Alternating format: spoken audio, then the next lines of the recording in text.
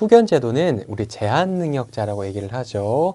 우리 행위무능력자라고 얘기도 하기도 하는데 사실 우리 예전에는 행위무능력자라는 용어를 썼었어요. 근데 뭐 보시면 아시겠지만 그래도 발음을 해보면 아시겠지만 좀 어감에서 좀 안 좋잖아요. 어감에서 조금 뭐 안 좋은 부정적인 의미가 담겨 있기 때문에 현행 용어는 제한능력자 제도라고 얘기를 합니다. 사실 뭐 똑같은 의미이긴 한데요. 지금은 이런 용어를 쓴다. 이 제한능력자 또는 기타 보호가 필요한 자를 보호하여 법률적인 조력을 하게 하는 제도를 의미합니다. 후견은 법정이죠. 법률의 규정에 의한 후견 제도가 있어요. 이건 바로 미성년 후견 제도, 성년 후견 제도, 한정 후견 제도, 특정 후견 제도. 이게 바로 법 조문 때문에 발생한다. 법률 규정에 의한 후견 제도라고 하고요. 그다음에 법률 행위. 법률 행위 뭐죠? 의사표시죠. 의사표시. 의사표시 들어가는 걸 법률 행위라고 하죠. 자, 후견 계약입니다. 계약이 의사표시니까 계약에 의한 후견, 즉 임의 후견 이렇게 구분이 된다고 살펴볼 수 있습니다. 자, 여기 큰 분류를 하자면 미성년자는 우리 민법 총론 시간에 배워봤어요. 만 나이, 만 0에서 18세까지를 미성년자라고 하죠. 사실 이 미성년자 같은 경우에는 얼마나 뭐 생각이 깊건 의젓하건 상관이 없습니다. 우리 민법은 나이를 기준으로 해서 만 19세 이상인 자를 성년자, 행위 능력자라고 얘기를 하고요. 만 0에서 만 18세까지를 미성년자라고 얘기를 해서 미성년자 같은 경우에는 무조건 나이만 해당되면 행위 능력이 제한된다. 그래서 제한 능력자라고 얘기를 하는 거거든요. 우리 미성년 후견은 우리 봤다시피 이전 시간에 살펴봤다시피 미성년자에게는 일단은 법정 대리인으로서 첫 번째 1차적으로 뭐 친권자가 법정 대리인이 됩니다. 근데 친권자는 누구를 얘기하죠? 배웠었죠? 부모를 친권자라고 얘기를 해요.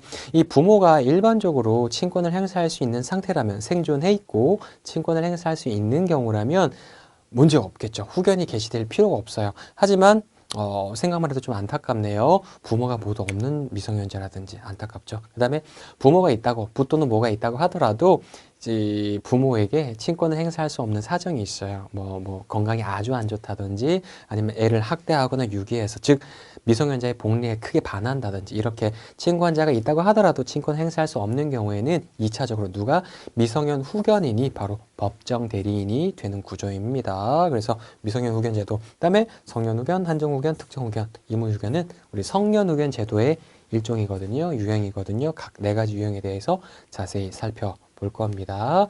자, 먼저 미성년 후견 제도 살펴보도록 할게요. 만 0에서 18세까지 미성년자인데 친권자가 없거나 친권자의 친권 행사가 불가능한 경우에 미성년 후견이 개시된다. 자, 민법 928조 미성년자에 대한 후견 개시라는 조문부터 몇 가지만 체크를 할게요. 중요한 것만 체크를 하겠습니다. 미성년자에게 보세요. 친권자가 없거나 친권자가 자 요런 조문인데 제가 말씀드린 거예요. 친권의 전부 또는 일부를 행사할 수 없는 경우에는 미성년 후견인을 두어야 한다. 필수적으로입니다.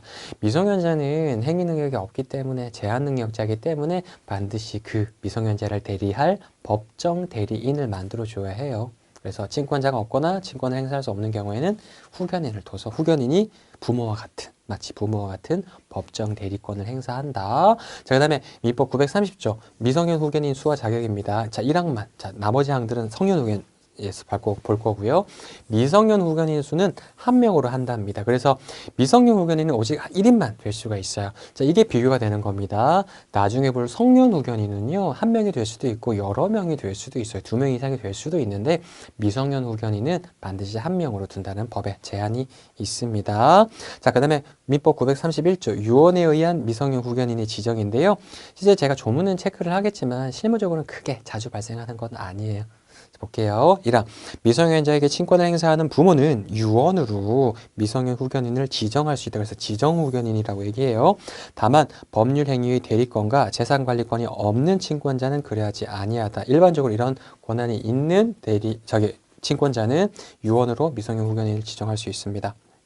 2항 가정법원은 제1항에 따라 미성년 후견인이 지정된 경우라도 미성년자의 복리, 얼마나 행복하고 이로운지를 따져서 복리를 위하여 필요하면 생존하는 부 또는 모, 미성년자의 청구에 의하여 후견을 종료하고 생존한 부 또는 모를 친권자로 지정할 수 있다라고 규정이 되어 있어요.